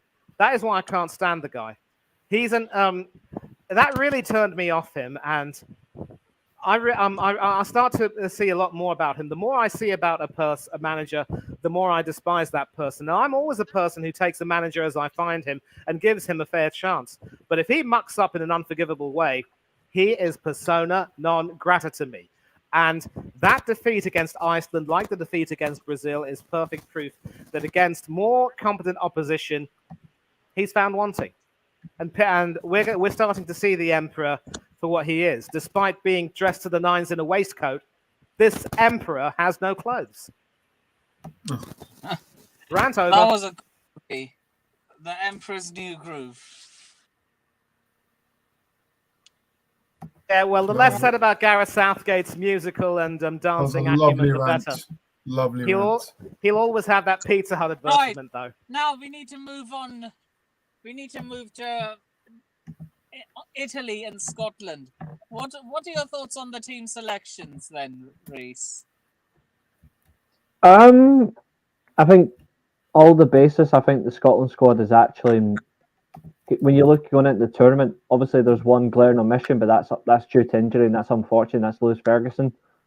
That's by far the best midfielder in Serie A last season. The circumstance being, though, for why Scotland miss out on him, obviously, is a creative output as well as like calming presence in the number 10 position that we're really missing out. But I think when you look at the squad in general, I'm actually happy with it. It's not a bad list selection for the Scotland squad. It still fits the system that we're looking to play. We're a little bit more expansive, a little bit more creative ballers in there that are playing top level football. And there's certainly amongst the squad there is goals there. It's just about finding the right system to fit in.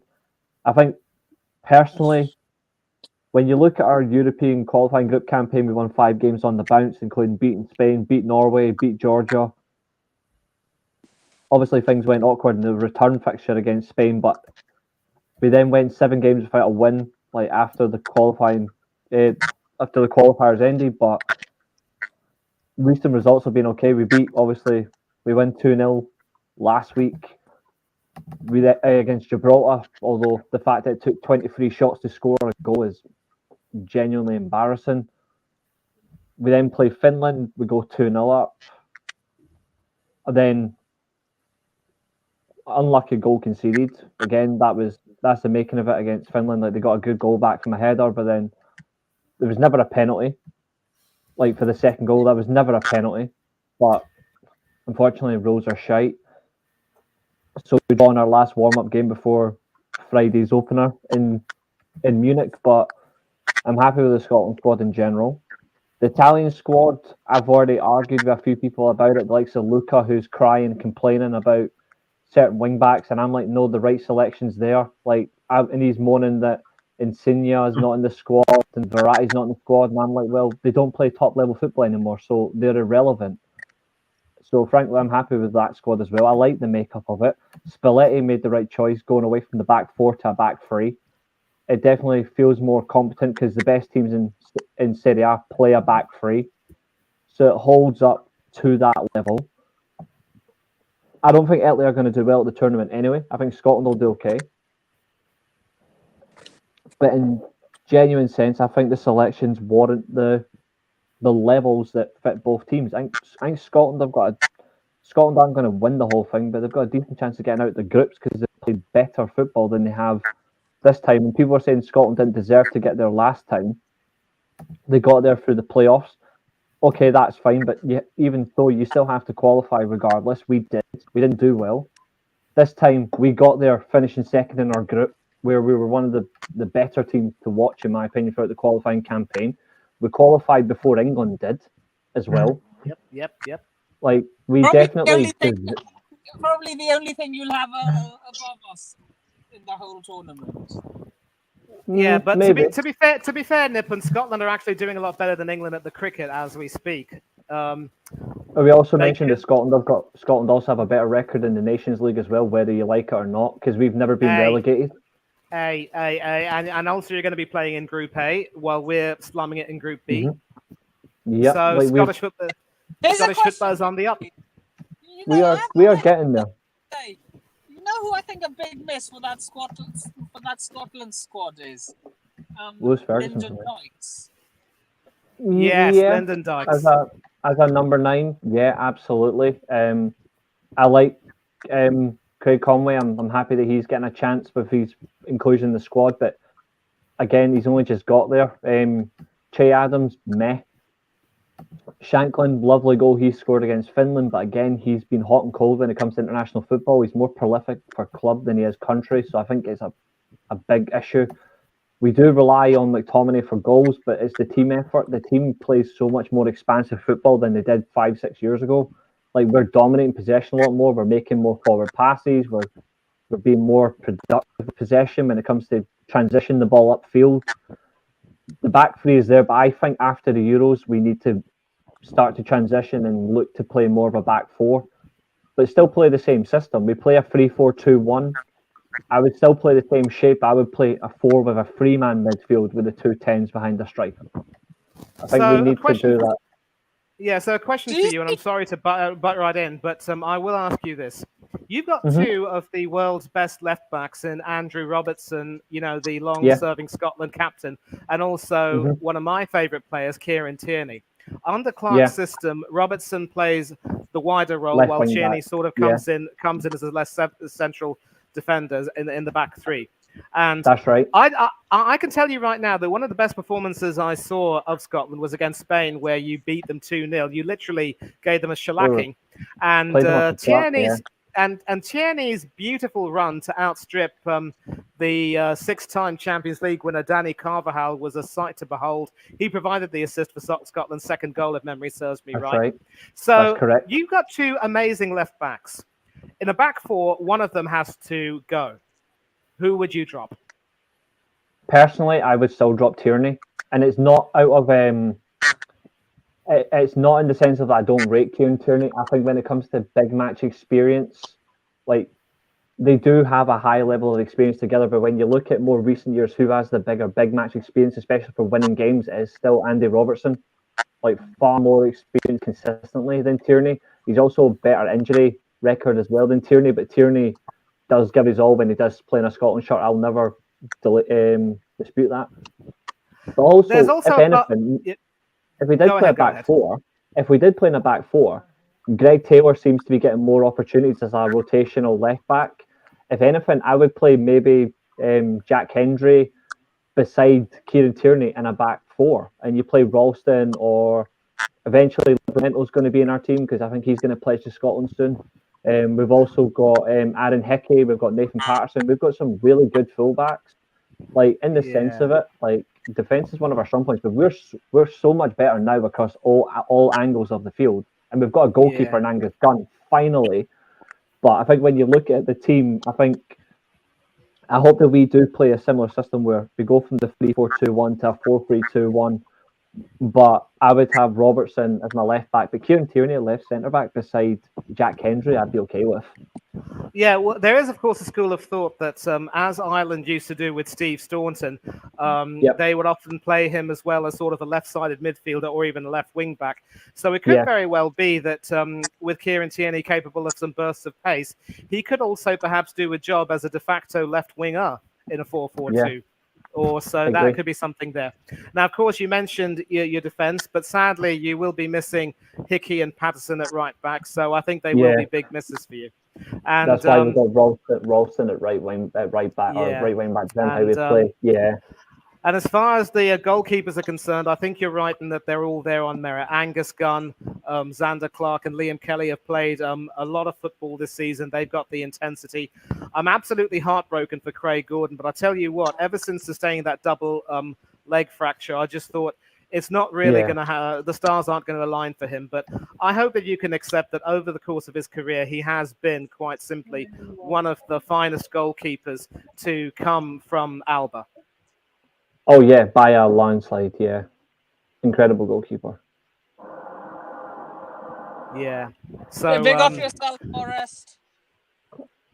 Yeah, so cheers. I think Orris left because he didn't want to hear any more talk about Scott McTominay.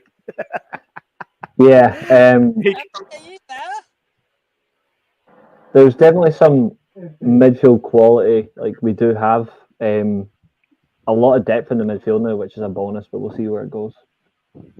Yeah.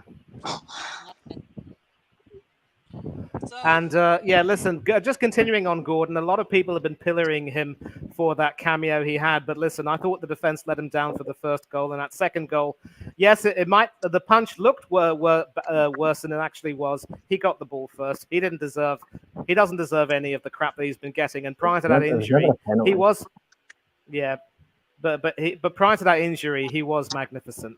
I hope people can appreciate that. I agree with you. Craig Gordon. Craig. And of course, Harry's. He would have been our starting 11 this summer if he had pledged to Scotland. Yeah. Like he would have been in our team, but he chose to go for a team that's not even going to play him in matches. Scotland's starting goalkeeper. Angus Gunn. Angus Gunn. Son of Brian Gunn, who also played for Norwich. And Brian was also No, he's Scottish. No, mate. He's Scottish. His father was also a Scottish international, third choice goalkeeper behind Jim Leighton and Andy Gorham, God rest his soul, for Italia 90, I remember. But I mean that's pretty much the thing. So I would say that your Scotland team, yes, you've had some injuries, but practically everyone there is there on merit. I think a lot of questions are being asked about Ryan Jack, but that's really as far as it goes. So no controversies here, really. Yeah. Canada very nearly scoring, but Saliba coming to the rescue. And why Deschamps doesn't pick him, I won't know. But all I can say is Didier knows best. And also, I mean, John Suter was also dropped from the squad, Harry's brother. Maybe he also had the same issue with Gordon, maybe not getting enough game time, perhaps. His injury record as well is poor, so yeah. But do you think Scotland could do a Morocco? I think we could get out of the group, but it might probably be as one of the best third place teams. But when you look at our group, it is very hard to call. Oh, obviously the only guarantee is Germany winning. The only guarantee is Germany winning the group. What Morocco did in the World Cup. What, and go far? Like shock everyone. Potentially, but that really does come down to how we fare in the group games. But it really does depend. What I was trying to say. No,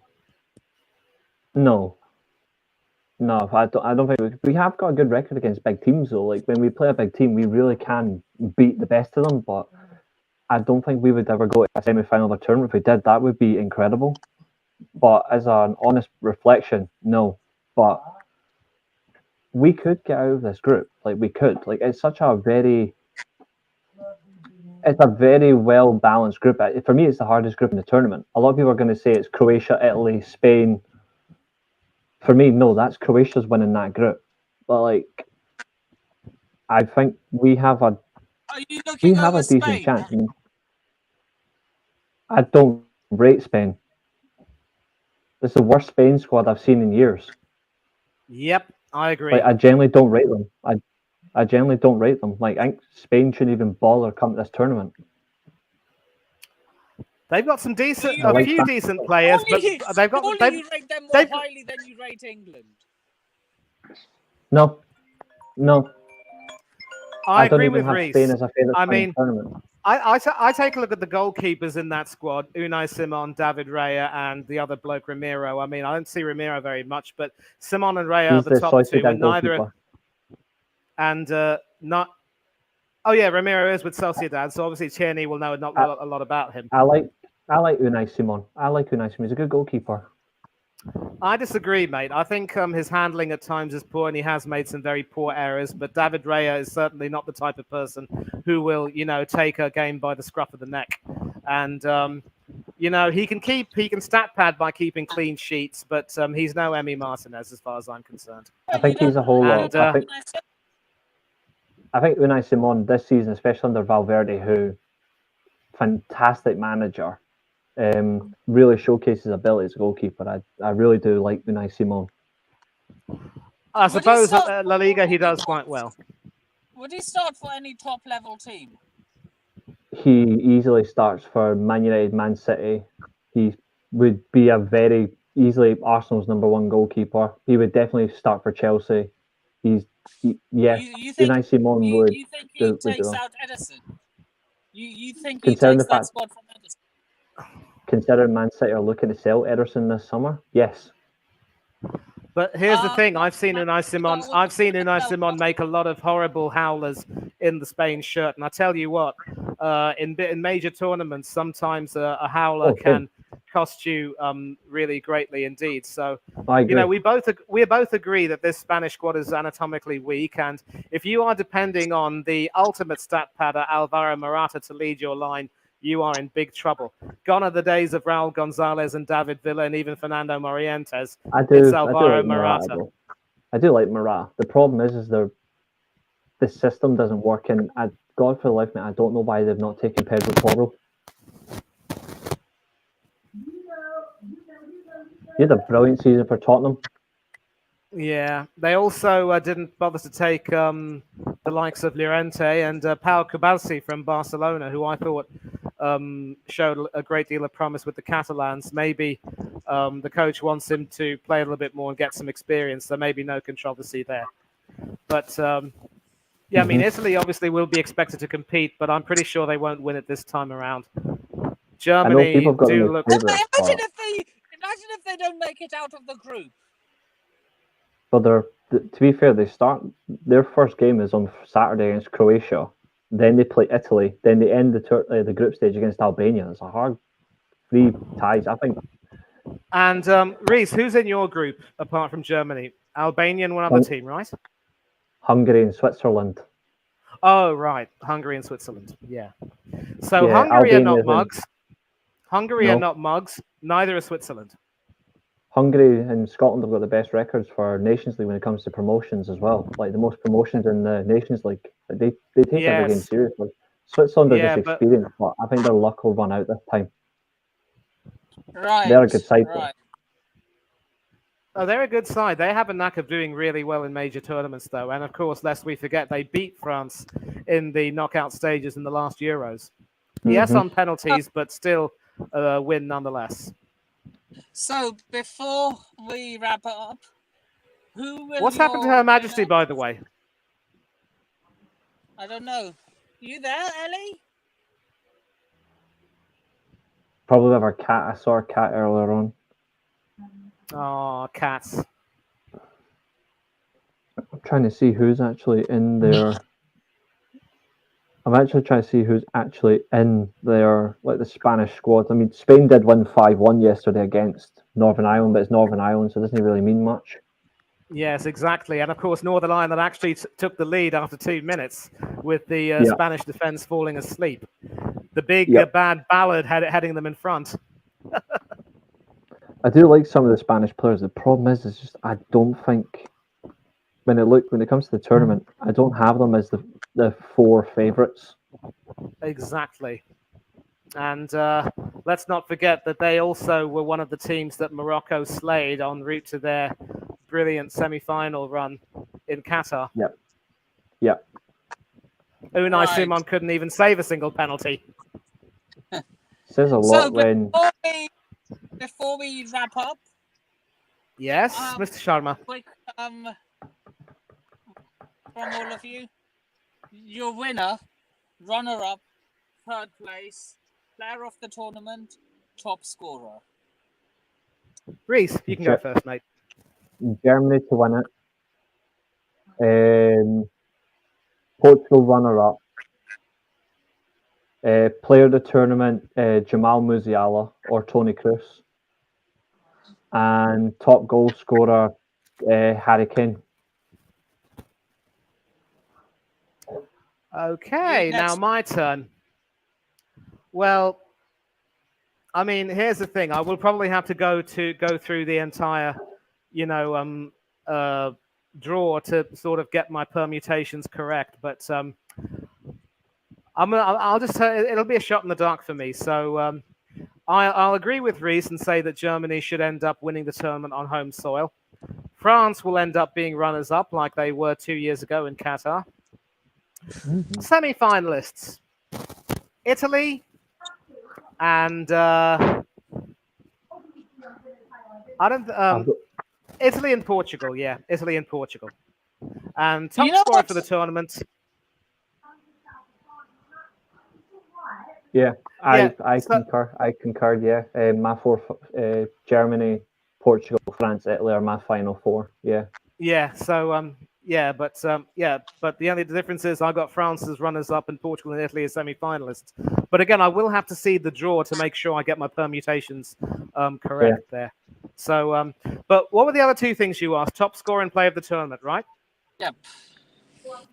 So for top scorer, you simply cannot look beyond a certain Monsieur Mbappe, who will, of course, be moving to Real Madrid. I mean, you can. I despise the player's attitude at times, but there's no denying that he is now firmly in the pantheon of greats, and he will definitely cook. He's a bit of a shithouser as well. Yeah, I remember, of course, when we lost to France, and I think it was Harry Kane missing that penalty. He made that face going, yeah, was giving it all. And even before the final, he was talking about how South American football is much weaker than European football. Thankfully, although Emi Martinez conceded a hat-trick against him and a penalty in the shootout, it was my Argentinian goalkeeper who had the last laugh. But Mbappe to be top scorer and player of the tournament. I like the idea of Toni Kroos. Yeah?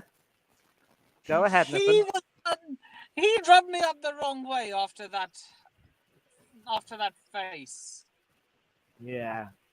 There's something about when you look at Nagelsmann's completely changed the whole dynamic of the German team. Like, he plays wingers off the bench. He starts with 3 number 10s behind a striker or Havertz as a false 9. I think Nagelsmann's made Germany so unpredictable. It's hard to overlook them for the tournament. I agree. But for me, Mbappe will be the top scorer. But player of the tournament, I do like the idea of Kroos having a wonderful swan song in his home country. It will be very, very hard to pick a player of the tournament, though.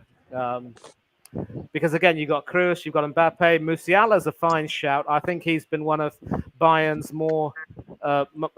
better players in a very turbulent last 2 seasons. Florian Wirtz as well. Oh, Wirtz, yes. So, yep, I'm going to stick my neck out and say him. Florian Wirtz, player of the tournament. Good shout. And I'm going to add one more, and you have to say this all quickly. Breakout star. Oh, boy. If I only I knew any younger players. I'm going to go a little bit further. So I'll say Germany, it's Alexander Pavlovic. Italy, it's Buongiorno at centre-back. And actually, I'm going to say this will be an amazing tournament for Mainu, but I might actually go on a limb and say this tournament, if it goes well for him overall, this could be Jude Bellingham's tournament as well. Well, I wouldn't necessarily call Jude Bellingham a breakout star because he already broke out in Qatar.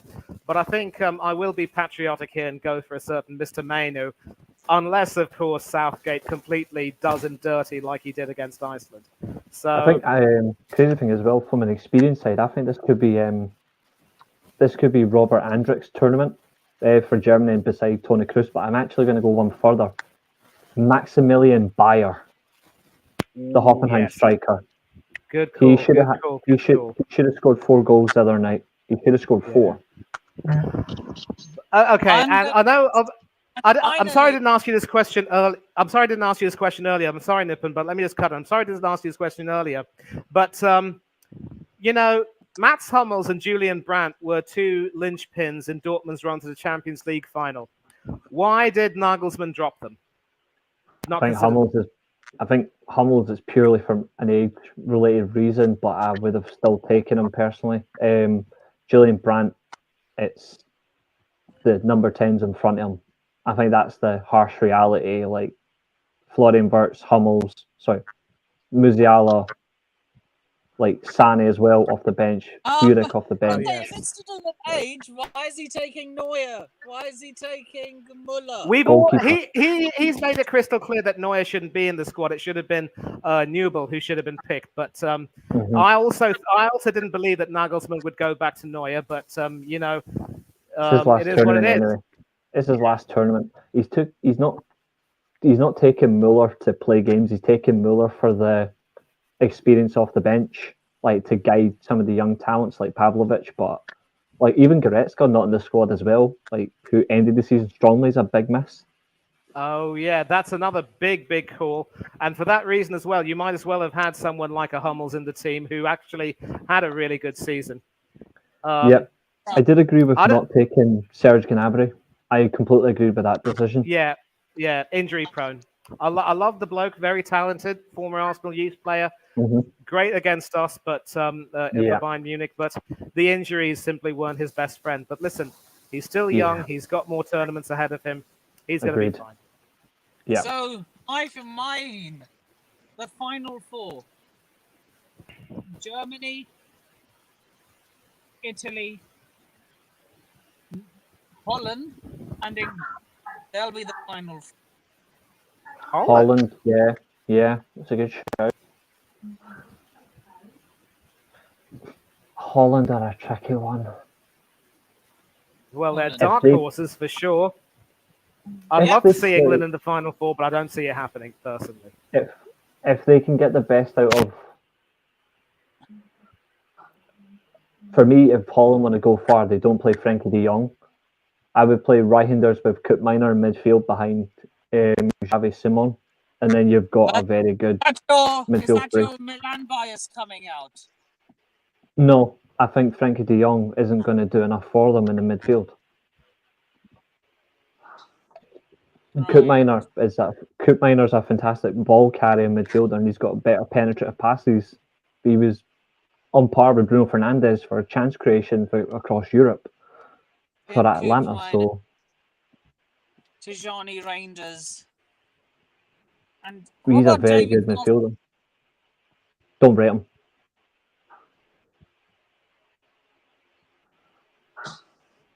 And I think, so yeah, yeah. the winners, I'm gonna go. I don't know if it's gonna be a hat trick if I say Germany. It would be if you said Germany. Yes. Yeah, why not? Let's make it a hat trick. Winners, Germany. Runner-ups, Portugal. Third place,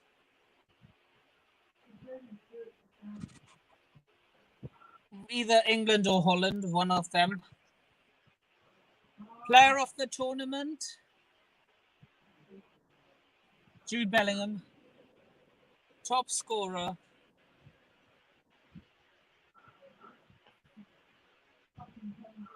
Kylian Mbappe. Breakout star, Bobby Mainu. So that's a few of my picks too. And, I think Bellingham has played. And I have a call to make. Yeah. One of the semi-finals will be a rematch of Italy versus Germany. If it's That would Italy be one of versus the Germany, semi-finals. if it's Italy That would versus be- Germany in the same, then I would actually say, in terms of head-to-head record, you're more likely to bet on the Italians going through. Italy have got a better record against Germany than Germany do against Italy. Are any of the semi-finals being played in Dortmund by any chance? I think so. Yeah, I can check just now for you. Imagine if it's an exact rematch of what happened in 2006. A semi-final in Dortmund. Germany versus You know- Italy. Ironically, To be my fair- best memory. Yeah, go ahead, Reece. Sorry about that, mate. The stadiums are chosen though, like the Allianz Arena, the Olympiastadion, the Mercedes-Benz Arena, Leipzig Signal- Stadium, Signal Iduna Park. It They're would be all there. ironic if it was a Germany-Italy semi-final at the Signal Iduna Park. Do you not think that would Well, be the finals ironic? are- Manny? It would be Yeah, ironic. I mean the finals at and, the Olympiastadion. The Olympiastadion is the host for the finals, so Obviously, the final would But- be the stadion, but I'm talking about the Let's semis, see. Reece. I'm looking for the semis just now. 2 seconds. I'm just looking. The Yeah, semi-finals. Yep. No, that's right. Yeah, the first semi-finals in Munich. The second one's in Dortmund, and the finals in Berlin. So the Signal Iduna Park. Yes, 10th of July. Right. Of course, That's the match ironic number thing is 50. the ironic thing is that my memory of the Signal Iduna Park from the 2006 World Cup was when Trinidad and Tobago held Sweden to a 0-0 draw. Sweden had Ibrahimovic, Larsson, Ljungberg, all the attacking talent you could imagine, and they still couldn't find a way past Shaka Hislop. One of the classic games. Can we also remember as well that it That's took not Peter what the Crouch? Signal Iduna Park will be remembered for. Let's be real, though. We also remember in that tournament it was famous for Peter Crouch had to cheat to score a header against Trinidad and Tobago. That was in Nuremberg. I remember that, and I that's see. one of the reasons why I could never vibe with Peter Crouch. Tall, He's- robotic, cheating bugger. I saw the banter between you and Reece, England and Scotland going on. What banter? I saw some banter for some reason. There was When? no banter. In fact, I've made it clear that I would be rooting for Scotland as well, because I always root for the home nations teams as well whenever they join us in a major tournament. I'm not tribal that way, you see. Speaking of home Me nations, Wales did get beat 4-0. Sad. By Slovakia. Right, so with that being said, that concludes our pilot episode of the Eurocast. Join us again, probably same time, haven't decided yet, on the 12th of June, 2 days before the start of the tournament, where we will be going more into depth about where we will also be doing the predictions for the first group stage, for match day 1 of the group stages. Everyone, thank you for tuning in. Before we sign off, where can people find you? Who wants to go first? Reese, you go first. And I will subscribe to your channel despite not being a fan of wrestling. Oh, thanks. I do all sorts, to be fair. But yeah, the Weekly Steel Chair is my YouTube channel, and I'm also on the World of Football podcast, which is a football channel. We're doing our prediction show tomorrow for the start of the Euros, so that's tomorrow night, so 7:30 UK time. It's going to be fun. Thanks for having me. And is that your social media handle too? This one there. Now my Twitter handle's this one here. 2 seconds, I'll put in the private chat. Actually, I'll put in the main chat for everybody. 2 seconds.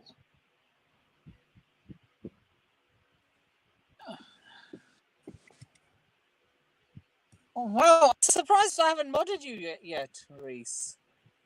That's alright, I don't need to be modded. Okay. No, I mean, you're a semi-regular on my channel. I just do what I can anywhere. Anyway, you can find me on all those socials below. You can also find me as an occasional caller on the Football Carnage TV ran by GrizzCon. You can find me as a semi-regular on Worldwide Chels. Big up Sadiq. Go subscribe to his channel if you haven't already. And you can find me on pretty much every comment section of any football-related content. And I shall see you all on the next episode. Later. You forgot to shout me out. Sorry, did you? Oh, I didn't realize. It's all right. It's all right. Nothing else to say about me. I don't have my own YouTube channel, but big up to Nippon for having me on. You can catch me every now and then on his channel, whether it's the Sixth Sense podcast on occasions or the Eurocast now. Also on several other channels, Del Boy Gunner TV, Coach's Corner, Oris Talks Football. Big up to Oris, who's on the panel, by the way. Tony Claw Gunner TV, Danny AFC TV, up the cherries in all departments, a Bournemouth fan channel. Last time I was there, we had a Euro quiz with myself and special guest Douglas Horn from the Dugout Football channel. I ended up beating Dougie. I ended up beating Dougie on a sudden death question, but it was great fun nonetheless. Sorry, Dougie, I had to bring that up, mate. Also catch me on Rich Sports, Football United, Spurs Asia TV, AFC Talk Show TV, Gun Down UK with Carl. We do the Flammable Thursdays and Saturday Night Fever video series every now and then. Always good fun with him. And several other channels that I don't know I can really name, haven't been, too active for quite some time, but all very important to me. If they don't believe me, the check's in the post. Special mention to Huddersfield Town Fan TV, who did a watch-along for the England-Iceland game, and I came on to add a few thoughts as part of a post-mortem of sorts. Lovely fella, Ryan Mather, and he'll be doing a lot of Euro-based content too. Big up, And Fry. nothing much. Linked in with much Doug else on to- Wednesday. I'm linked in Yeah. with Doug on Wednesday because we work together as well, but we're good pals, so we do content together as well. But yeah, I've beaten him twice in a quiz. He's only beat me once. I've got the head-to-head record, so. Well, technically, mate, so do I. But you have played, have had more battles against him than I have, so I'll give you that. But yeah, so nothing much else to say except I hope you all enjoy the upcoming Euros. I hope you all have a great upcoming week. Whatever you decide to do, if you are going to Germany to watch the tournament, behave yourselves, behave properly. Do not give our fan base a bad name. And if you're planning on watching on the telly or any fan zones, same thing. Behave yourselves, and just make sure you enjoy responsibly. And apart from that, be safe, be happy. Don't do anything that Nippon, Reese, and the rest of the panel and I wouldn't do. As always, though, farewell to thee. Good night, goodbye. God bless to all of you. Good night. And big Tangarai up out. Ellie as well for joining. And I shall see you all in the next episode. Cheers. So are you two able to